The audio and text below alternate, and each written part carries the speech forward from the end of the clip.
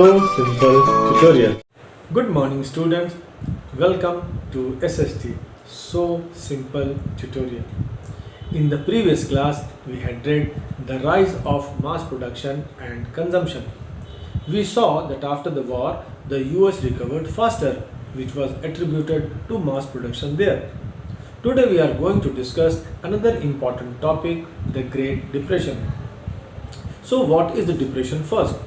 Dear students, an economic depression is a downturn in economic activity with a sharp fall in the growth, employment and production that lasts for years. Just recall the topic problems faced by Weimar Republic in the chapter Nazism and the rise of Hitler that we read in class 9. The support to Germany from the US was withdrawn when the Wall Street Exchange crashed in 1929. On that single day, 24th of October, I remember 13 million shares were sold. Did you remember? And that was the start of the Great Depression. It is called great because it not only lasted long but is considered to be the worst economic downturn in the history of the industrialized world. We are going to discuss the same Great Depression today.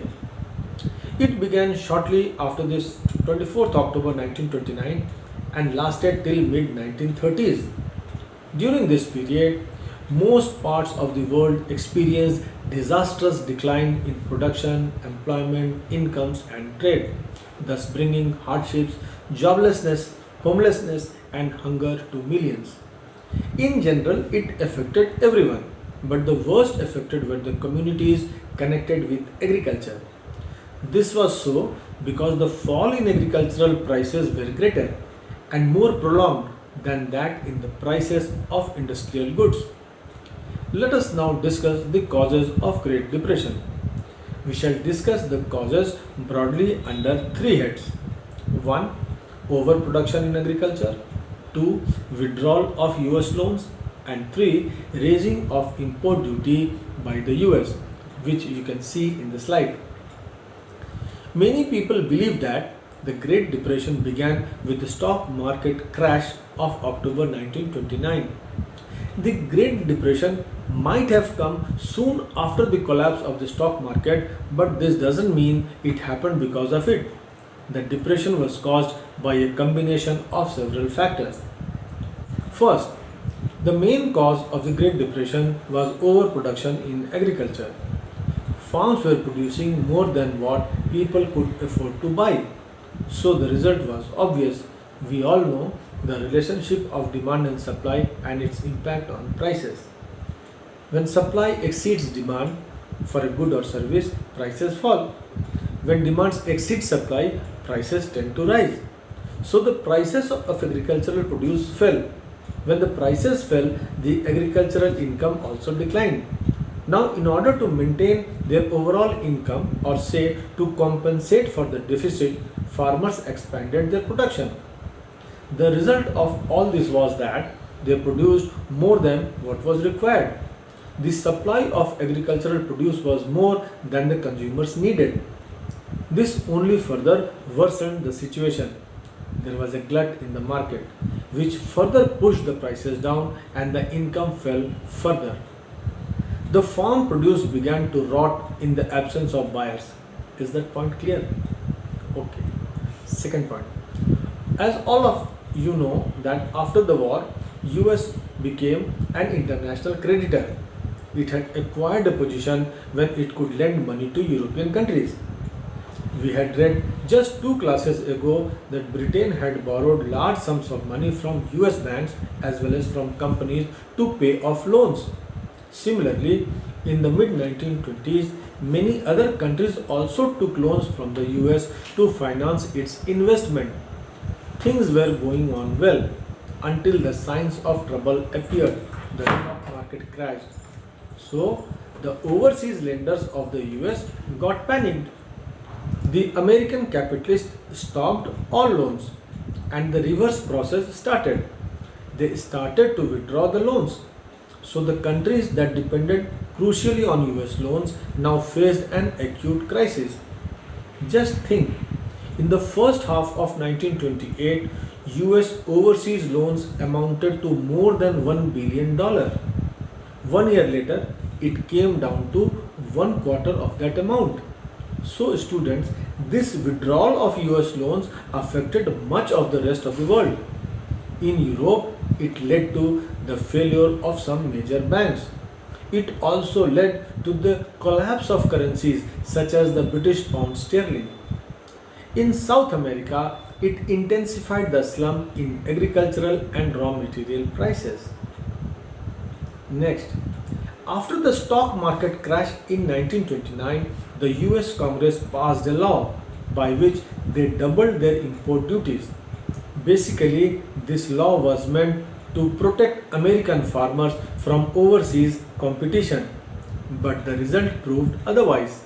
It backfired on them tremendously. Other countries retaliated and adopted a similar policy. They also increased their tariff. So the trade between nations came down suddenly for several years. US imports from and exports to Europe fell by two-thirds between 1929 and 1932, while overall globe trade also declined by almost the same level.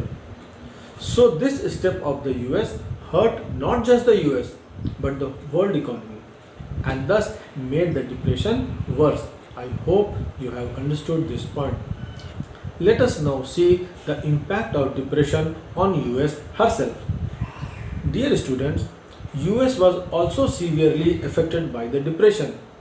With the fall in prices and the anticipation of the depression, US banks had stopped domestic lendings and called back loans. That means the banks started demanding full payment of the loan immediately.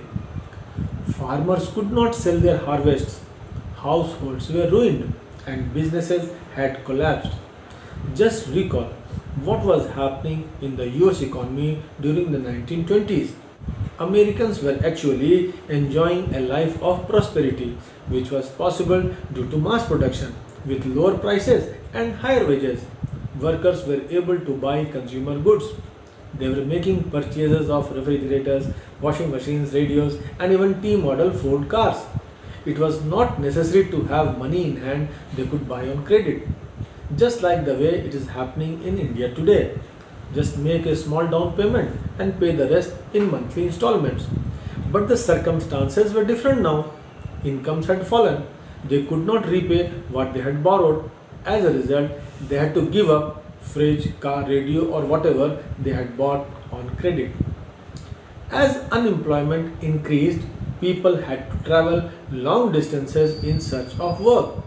Banks were unable to recover investments, collect loans, and repay depositors. Banks went bankrupt and were forced to close. By 1933, dear students, over 4,000 banks had closed. Between 1929 and 1933, industrial production fell by about 47%. GDP declined by 30% and unemployment reached more than 20%. This is how students' depression affected the US. I hope you have understood the causes of Great Depression and its impact on the US.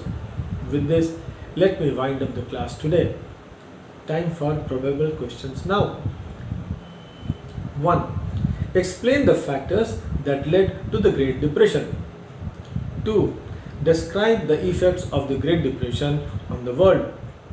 Now students, read your textbook properly and prepare these questions.